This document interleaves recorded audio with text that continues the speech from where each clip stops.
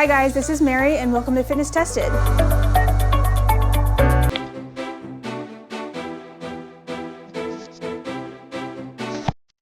Be sure to like and subscribe to keep up to date with all of our new shoe reviews and to see what we're going to do next. This week we're talking about the Mizuno Wave Inspire 19. This is the 19th model, just came out recently. We're really excited to have it in the store because there is so much going on with this shoe. A lot of people don't think of Mizuno as a running shoe. They see it more of as a volleyball, baseball, basketball, golf, other sports kind of shoe. However, they do make a running shoe, as you can see here. The Mizuno Wave Inspire 19 is a mid-cushion stability shoe, so it's great for your everyday trainer. If you are looking for a shoe that is good for your recovery days, long runs, that sort of thing. As I said, this has had quite a few updates with it, the biggest being this wave plate. It does look a little bit different, and just to give you a little bit of a background on the wave plate here, it does provide some stability by giving a wedge along the inside here, so it's going to help you from wanting to come on in the inside. It's going to want to help you stay more neutral and to the outside rather than wanting to come in with a little bit too much over pronation here. Definitely a good option if you were looking for something really stable to help with motion control or over pronation. So it is surprisingly lightweight. It has updated to a much lighter weight shoe than the previous version,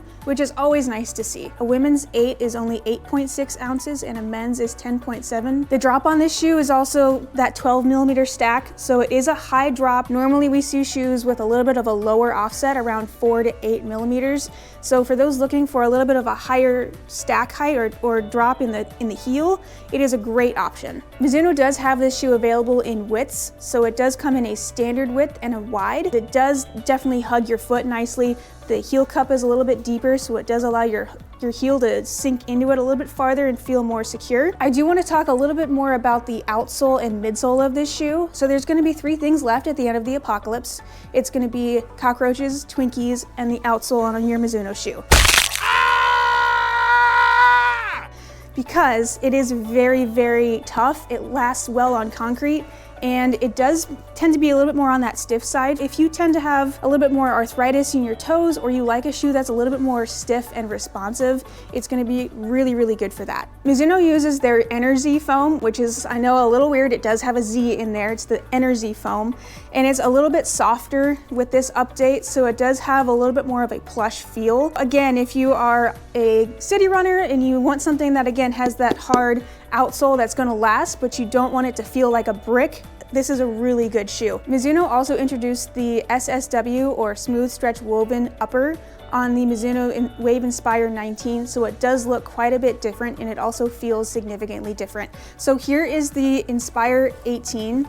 So as you can see, this shoe looks kind of more on that traditional look and feel. It's going to be more of that traditional cloth upper, and it's going to have several different pieces that make up the upper on that shoe. With the SSW, it is going to be one single piece of material.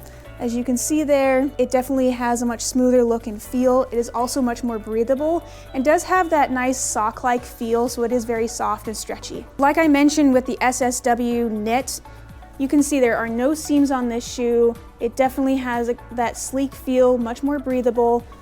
With the original upper, which this is the new 19 as well, so it does come in both the SSW and your regular, there are a couple of seams, so you might feel that a little bit. I have tried on the upper with both of these, and I can't tell too much of a difference. However, if you have a more sensitive foot and you don't like to feel seams, I would definitely recommend trying the SSW knit just to see if it works for you. So I do want to jump into the wave plate and how it's changed a little bit. So here's the 18.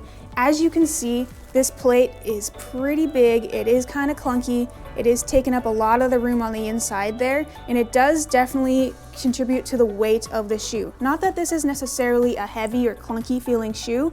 However, when you look at the new wave plate on this shoe, you can see it's significantly smaller, it takes up less room, and it's also going to be lighter weight. So it allows for more cushion, and I think that's what improves that soft feeling with the new 19. So another big difference on the Mizuno Wave Inspire between the 19 and the 18 is the 18 has quite a few more flex grooves.